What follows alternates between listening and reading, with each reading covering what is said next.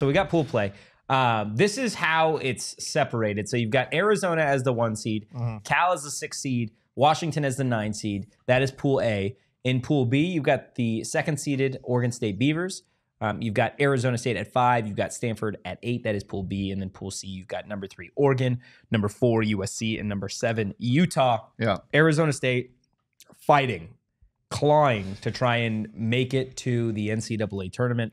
Had a conversation with Jacob prior to the show, just in terms of what Arizona State is going to need potentially to find themselves in the NCAA tournament. I think you at the very least need to get out of pool play. Oh, for sure. You have to. You need to. They have the same record as they did last year, except they are climbing instead of sliding down the mountain. So, you need to do more.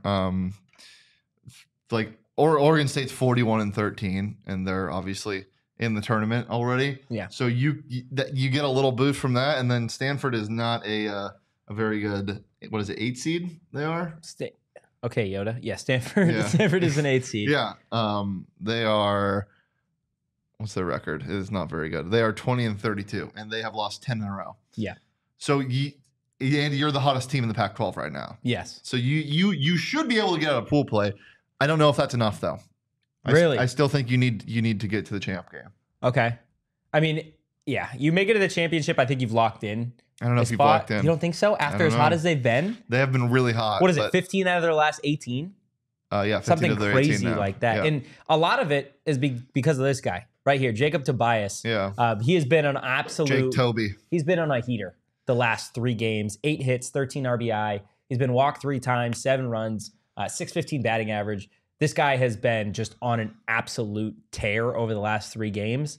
How big of a role do you think he has to play for ASU to get out of pool play? I think everybody needs to step up. I don't know if it's on one player exactly. Like I think it would be nice to have a guy like Tobias explode.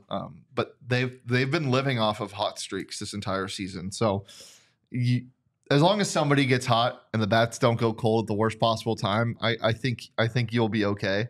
But yeah, it certainly wouldn't hurt to have somebody hit over 600. Yeah, no, in the 5-game span they have to play. Short post to chat. If Dilly wears a hat and says SB, I'll buy 2 memberships. I mean, I think we can. I think we can make that happen. So for those of you that don't know the schedule, so we've got pool play starting tomorrow. ASU Stanford is actually the very first game. Then you've got Utah, USC, Washington, and Cal. The nice thing is that ASU has the very first game, and then they don't have to play again until day 3 of pool play, where they play Oregon State. I think the schedule worked out perfectly for them, and being the 5 seed, it is a little bit of an advantage as you kind of move through in terms of tiebreakers. Yeah. So each team that wins the pool, they are guaranteed a spot in the semifinals. Yep. And then the team with the highest seed, I believe, has the tiebreaker. It's either the highest seed or the highest record.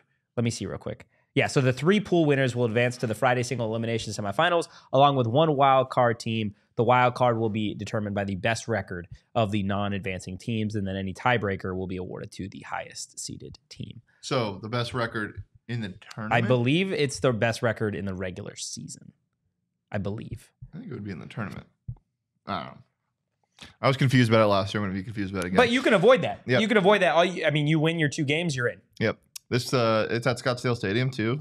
Yes. At a very prime location. So go get some beers. And there should be it should be an ASU home game. Like it should feel like in theory. It should feel like ASU has home field advantage.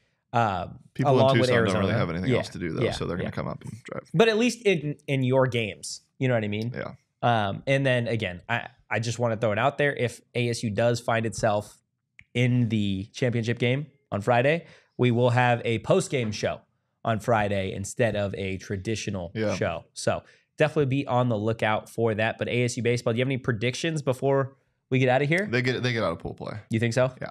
As a wild card or as they win the both. team? I think they win both their games. I like it.